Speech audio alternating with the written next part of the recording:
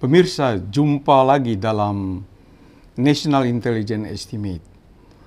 Pada episode ini kami akan membahas tentang potensi gempa megatrust berkekuatan 8,8 magnitudo dengan tsunami dahsyat di selatan Pulau Jawa.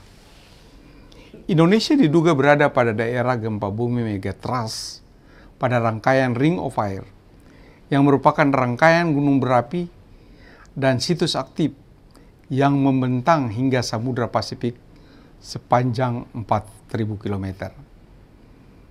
Megatrust adalah gempa bumi interlempeng yang paling kuat di planet bumi. Besaran momennya dapat melebihi 9 magnitudo yang diduga ada di selatan Pulau Jawa. Menurut para ahli, gempa bumi megatrust terjadi setiap 400 tahun. Gempa bumi megatrust sangat berpotensi menimbulkan tsunami dahsyat hingga 20 meter. Pasca gempa besar dan tsunami yang terjadi di Jepang pada 2011, tidak ada struktur apapun yang dapat menahan gelombang tsunami. Apakah itu struktur baja, beton, atau vegetasi sekalipun. Gempa megatrust Aceh 2004 silam berdampak sampai dengan 3 km dari laut ke daratan. Megatrust sifatnya hanya potensi, bukan prediksi, karena kita tidak tahu kapan gempa bumi megatrust tersebut dapat terjadi. Wilayah yang berpotensi terjadi gempa bumi megatrust di Indonesia adalah subduksi Sunda yang meliputi Sumatera, Jawa, Bali, Lombok, dan Sumba. Kemudian subduksi Banda, subduksi lempeng Laut Maluku, subduksi Sulawesi, subduksi lempeng Laut Filipina, dan subduksi utara Papua.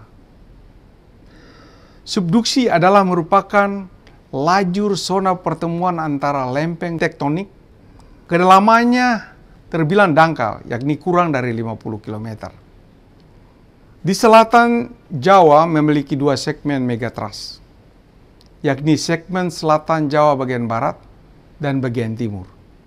Karena kurangnya informasi, sehingga memprediksi megatrust yang akan terjadi itu sulit dilakukan. Tetapi catatan terakhir menunjukkan bahwa megatrust selatan Jawa terakhir kali terjadi pada tahun 1818 dan membuat Jakarta rata dengan tanah. Potensi gempa bumi megatrust ada di wilayah subduksi sepanjang wilayah Indonesia. Ini disebut sebagai penyebab potensial terjadinya gempa bumi.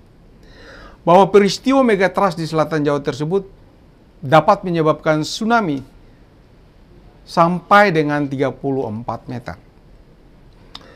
Skenario terburuk adalah jika 2 segmen megatrust yang membentang di Jawa pecah secara bersamaan, serta menunjukkan bahwa ketinggian tsunami dapat mencapai 20 meter dan rata-rata sekitar 12 meter. Ini mungkin saja terjadi. Oleh karena itu, sudah hadir bersama saya ahli kegempaan. Ahli dalam bidang ini adalah Dr.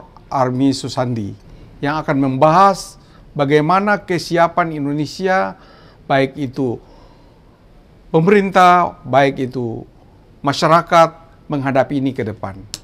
Dan berbagai kebencanaan yang terjadi belakangan ini dan yang akan terjadi ke depan. Pak Army, potensi ancaman bencana alam di Indonesia menjadi sangat besar. Bagaimana tanggapan Anda terkait hal ini? Ya, betul sekali Bung Adrian. Ternyata bencana alam kita ini sampai dengan akhir tahun ini saja sudah di 3.400 bencana alam. Artinya apa? Setiap hari itu kita panen 9 bencana per harinya. Mulai dari bencana banjir, kemudian longsor, cuaca ekstrim, tsunami, gempa bumi, dan sebagainya. Artinya apa? Memang kita ini berada pada daerah yang rentan terhadap bencana alam. Dan ini terus-menerus meningkat.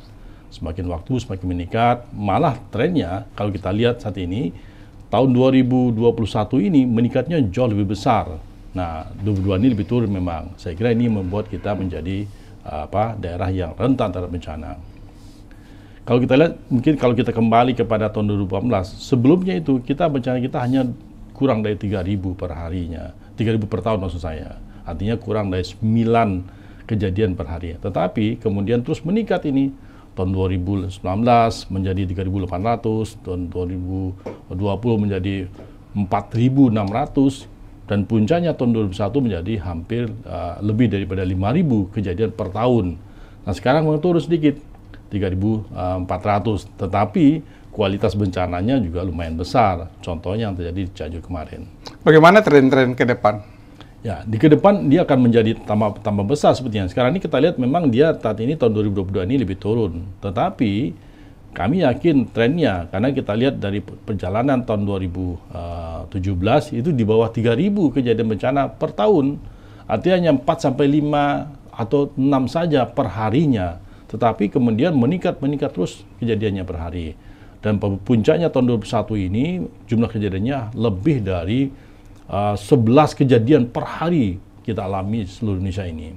Jadi saya kira ini trennya ke depan, apalagi dengan jumlah penduduk semakin meningkat, artinya ada alam yang dimodifikasi oleh manusia, sehingga potensi bencana ini akan menambah risiko yang lebih besar bagi Indonesia. Ya, kita melihat bahwa kejadian-kejadian seperti di Sukabumi, kemudian di Cianjur, dan apakah semua itu saling berhubungan? Betul. Nah, kebetulan seperti saya sampaikan di awal tadi, kita rupanya memang bagian dari pertemuan lempeng besar dunia ini. Ada nama Indo-Australia dan kemudian Eurasia.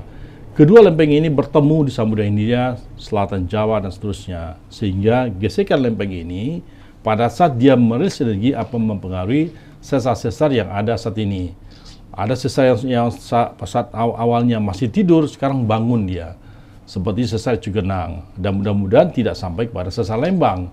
Nah, karena tentunya kita lihat dari pergerakannya, dia mulai mengarah ke bagian selatan, tidak ke utara. Kalau ke utara, maka dia akan berpotensi mempengaruhi sesar Lembang. Saya kira ini saling berhubungan, dan ini membuat wilayah kita menjadi tambah rentan. Belum lagi yang lainnya, Bung Adrian, misalnya Gunung Merapi, juga akan berpengaruh dari adanya pergerakan lempeng-lempeng ini. Nah, tentunya kita juga melihat, di awal saya sampaikan, bencana hidrometeorologi juga menjadi bagian yang tidak terpisahkan dari wilayah kita Indonesia ini. Kita sudah mengalami bencana alam ini, sepertinya setiap tahun tuh ada bencana alam. Betul. Bagaimana evaluasi Pak Army melihat ini? Apakah kita sudah melaksanakan penanganan sesuai dengan apa yang kira-kira kemampuan yang kita miliki? Ya, secara umum kita lihat penanganan bencana ini yang dipimpin oleh BNPB, kami nilai cukup baik. Tetapi kalau kita lihat apa yang terjadi di Indonesia, di masing-masing wilayah tadi ternyata mempunyai keunikan kebencanaan, maka penanganan juga tidak sama. Kita lihat mungkin kalau di Eropa, Bung Adrian, itu hampir sama bencana banjir atau hanya kekeringan gitu. Kalau kita tidak. Di saat yang sama kita mengalami banjir, tapi wilayah kita yang lainnya ada kekeringan. Atau yang satu lagi, di sana Gunung Merapi meletus, di sini ada gempa bumi. Yang kemudian pada saat yang lain ada tempat yang wilayahnya adalah tsunami. Tetapi masalahnya, Bung Adrian, ternyata dari seluruh Indonesia, dari 400-an, 500-an kabupaten kota, hanya 31 kabupaten kota yang dianggap siap menangani bencana ini. Atau hanya 6% saja. Sisanya sedang dan rendah kemampuan dalam menangani bencana. Malah 240 kabupaten kota atau 47% itu tidak mempunyai kemampuan yang kurang dalam penanganan bencana. Tentunya ini yang kita perlu perhatikan. Artinya apa? Bencana kita ini menjadi tambah rentan karena kita tidak siap, Bung Adrian. Dan itu ada di angka 47% dari kabupaten kota yang ada di Indonesia ini. Dan ini saya kira yang perlu kita tingkatkan kapasitasnya. Bagaimana sebaiknya penanganan ini dilaksanakan? Ya, saya kira tidak boleh sendiri saja. Perlu ada integritas dari, yang pertama dari pemerintah, BNPB, BMKG, TNI Polri, kemudian ada masyarakat sebagai akseleratornya, kemudian ada pengembangan inovasi oleh akademisi, oleh para peneliti kita, kemudian ada lagi dari pengusaha yang mendorong kegiatan-kegiatan yang bisa meningkatkan kemampuan sigap bencana. Dan terakhir, Bung Adrian, perlu ada upaya media massa yang membantu. Karena ternyata media massa efektif dalam memberikan informasi, membuat sadar masyarakat bisa lebih paham tentang daerah bencananya. Dan kelima-lima ini, atau kita sebut pentahelix ini, harus satu integrasi. Satu integrasi yang sama-sama bekerja. Dengan demikian, kita bisa lebih efektif dalam memberikan pemahaman pada risiko bencana, sekaligus penanganannya. Sehingga kita bisa lebih mengurangi risiko. Menghilang tidak mungkin. Karena kita memang di daerah Ring of Fire, di daerah archipelago dan sebagainya, tapi mengurangi dampaknya itu bisa dengan kerjasama pentahelix ini.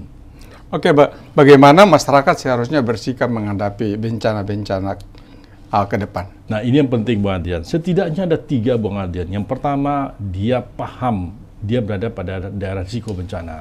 Misalnya seperti ini, saya berada di Depok, saya tahu daerah Depok daerah rentan banjir, atau cuaca ekstrim lainnya, atau masuk Bogor, daerah yang selalu basah gitu kan.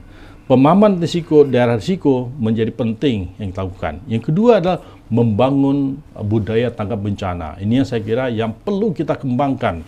Nah, yang menarik Bung Adrian, pada saat bencana Cianjur, ternyata masyarakat, sebagian masyarakat, pas kebetulan sudah diajarkan tentang bagaimana membangun tanggap bencana, sehingga risikonya lebih kecil. Katakanlah 300 orang yang meninggal, bayangkan dengan ada di Padang ribuan, atau di Aceh ribuan orang yang meninggal. Nah, yang ketiga tentunya masyarakat harus mengikuti instruksi dari pemerintah. Saya kira apa yang dibangun oleh BNPB, oleh BMKG, oleh TNI Polri, dan juga termasuk BIN, saya kira juga bisa memberikan instruksi-instruksi ataupun pemahaman sehingga bisa diikuti oleh masyarakat. Nah, sehingga ketiga ini harus menjadi suatu bagian yang terintegrasi dibangun oleh masyarakat. Demikian, Bu Adil. Ini masalah BNPB.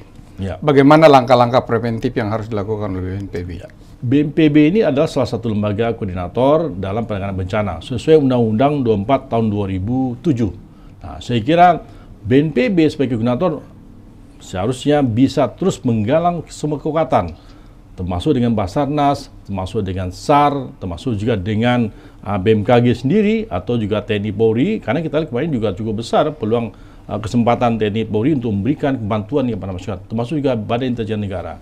Saya kira ke banyak elemen ini dia akan mampu melakukan setidaknya 3 hal, Bung Adrian. Yang pertama adalah bagaimana membangun kesadaran pada masyarakat tentang pemahaman risiko bencana. Yang pertama tadi, jadi sinkron sebenarnya ini. Sehingga masyarakat tahu daerahnya daerah bencana, berisiko, sehingga dia bisa membangun sesuai dengan daerah risikonya, dan dia paham itu.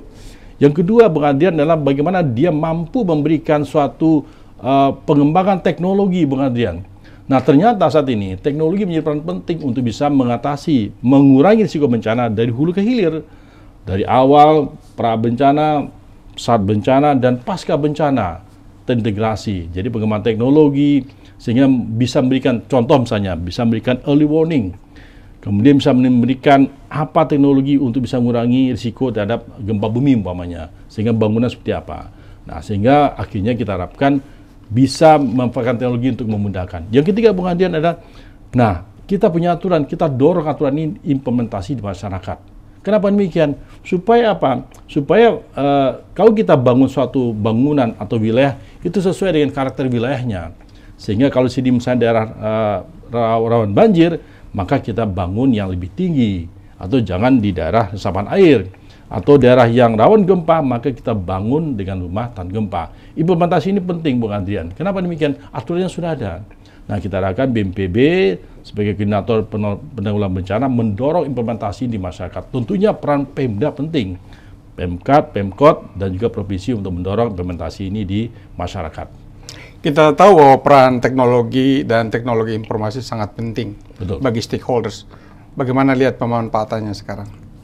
Ternyata, Bung Adrian, Indonesia salah satu negara yang cukup siap dalam penerapan teknologi. Nah, kita lihat BNPB mempunyai INARIS, kemudian INA MIWS, kemudian juga BMKG punya BMKG Signature, sehingga dia bisa memberikan informasi cuaca ekstrim, dan juga tidak kalah pentingnya SDM dengan magmanya, dia bisa monitoring tentang kejadian atau potensi kejadian adanya Gunung Merapi. Kemudian juga saya lihat juga ada yang terbaru nih dari BIN, dia punya CB. Ini juga menarik, ini mungkin juga bisa suatu pembelajaran buat kita semua dalam penanganan bencana ini. Ternyata teknologi itu penting. dan bisa memberikan harapan untuk kita mengurangi risiko bencana itu. Kita tahu berbagai aplikasi yang digunakan oleh stakeholders atau para lembaga-lembaga yang terlibat. Kira-kira sudah terjadi kolaborasi atau integrasi aplikasi-aplikasi yang ada? Ya, masing-masing aplikasi tadi memang cenderung berdiri sendiri, Bung Adrian. Misalnya, contohnya BMKG Signature lebih pada cuaca saja, kemudian Magma lebih pada vulkanologi saja. Spartan untuk kebakaran hutan saja yang dikembangkan oleh BNPB, oleh BMKG, kemudian Inaris dan sebagainya. Nah, tetapi kemudian ada yang dikembangkan oleh Badan Intelijen Negara, menurut saya menarik karena dia integrasi for one dashboard. Dia including everything, dia including tentang tidak hanya bencana, tapi juga hal-hal lain diperlukan oleh dalam penanganan bencana. Saya kira ini menarik buat kita. Apa secara teknologi, secara fungsi atau apa yang dikembangkan oleh? Ternyata yang kami lihat dari sistem intelijen bencana CB milik BIN ini adalah dia bisa memonitor secara real time dan juga memprediksi bencana yang ada. Dan juga including tidak hanya gempa bumi, gunung Merapi, tsunami, juga bencana hidrometeorologi. Nah, sehingga dalam satu bagian yang menarik lagi, Bung Adrian, tidak hanya monitoring, dan waktu itu saya lihat waktu itu juga dilihat oleh Presiden waktu di Cianjur, dia juga bisa memantau bagaimana kondisi di pengungsian, apa ancamannya, apa kekurangannya, apa penyakitnya, dan itu setiap kabupaten kota dan setiap kecamatan, Bung Adrian. Dan juga termasuk juga apa penyakit di masing-masing kecamatan itu. Sehingga dalam satu dashboard sendiri, maka jika user manapun yang mengklik lokasi itu, maka ketahuan apa kebutuhannya, apa yang berlebih, apa jadi prioritasnya, dan apa isu-isu yang berkembang di tempat itu, dan juga apa penyakit yang berkembang. Saya kira ini yang menarik buat kita, yang menurut saya menjadi pembelajaran. Ternyata ada new dimension of new teknologi untuk dikembangkan integrated dalam satu dashboard. Saya kira ini salah satu yang kita perlu apresiasi. Oke, terima kasih Pak Armio untuk penjelasan yang sangat komprehensif. Namun yang terpenting ke depan, kita mendengar, kita melihat bahwa ada potensi ancaman bencana megatrust. Ini yang ditakuti oleh kita semua. Betul. Megatrust 8,8 magnitude. Dan itu kemungkinan akan terjadi di selatan Pulau Jawa. Betul. Dan itu pernah terjadi pada 1818. Dan Jakarta rata dengan tanah. Dan seperti terjadi di Jepang, tidak ada satupun struktur yang bisa menahan itu. Baik itu baja, beton, vegetasi apapun yang dibikin rata. Bagaimana Pak Armi menanggapi itu? Yang pertama adalah pemahaman penting. Yang kedua adalah ini adalah sistem modeling. Artinya kita tidak tahu kapan akan terjadi, entah besok, lusa, entah 100 tahun lagi, atau dia sudah rilis sebagian energinya. Tetapi apapun, entah kapanpun, dan itu benar adanya simulasi dari para ahli, yang perlu kita siapkan adalah bagaimana mengamankan diri kita dengan bantuan metode, sistem dan teknologi sehingga kita bisa mengurangi dampaknya, Bung Adrian. Kalau kita tidak mungkin menghilangkan potensi itu, dan juga kita tidak tahu kapan dia rilis energinya, entah besok, lusa, dan sebagainya. Tetapi menyiapkan diri kita, mudah-mudahan nanti di masa mendatang kita punya teknologi yang lebih baik, Bung Adrian. Entah 10 atau 20 tahun mendatang kita teknologi yang lebih baik, sehingga kita bisa mengurangi risikonya, mengurangi potensi kerusakan yang terjadi, sehingga bencananya bisa kita kurangi dampaknya. Tapi apapun yang terjadi, kita siap dengan megatrust tadi, baik yang ada di selatan Jawa, termasuk yang akan rilis juga di Sumatera, Bung Adrian. Karena juga punya potensi. Hanya masalahnya kita tidak tahu. Mudah-mudahan dengan ada gempa-gempa yang ini, dia rilis sebenarnya sebagian. Tapi juga kita tidak tahu, jangan mempercepat kejadian, kita tidak tahu. Upaya apapun, kita tidak, nobody knows, maka kita harus mempersiapkan diri untuk menentukan apa kesiapan kita untuk mengurangi risikonya. Berbagai saran daripada para ahli kegempaan, bahwa salah satu upaya adalah kita harus menyiapkan evakuasi, dan evakuasi. Betul. Kalau itu terjadi. Nah, bagaimana kesiapan kita, Pak Armi melihat hal itu? Dia kira memang. Apakah IKN itu bagian daripada program itu? Ya, saya kira bisa jadi dianggap salah satu pilihan yang terbaik, Bung Adrian. Kenapa demikian? Ternyata IKN itu adalah atau Kalimantan daerah yang tidak ada potensi gunung Merapi. Yang kedua, tidak ada potensi gempa bumi. Yang ada tsunami, itu pun di utara. Artinya masih bisa terlindungi dengan adanya Kalimantan, artinya wilayah Kalimantan Utara, Malaysia begitu. Dan saya kira dari kita bandingkan dengan wilayah lain, Bung Adrian, Kalimantan atau IKN menjadi salah satu wilayah yang relatif cukup aman dibanding dengan adanya potensi gempa-gempa besar, termasuk megatrust. Saya belum pernah ada dengar penelitian bahwa IKN berpotensi ada megatrust, belum ada.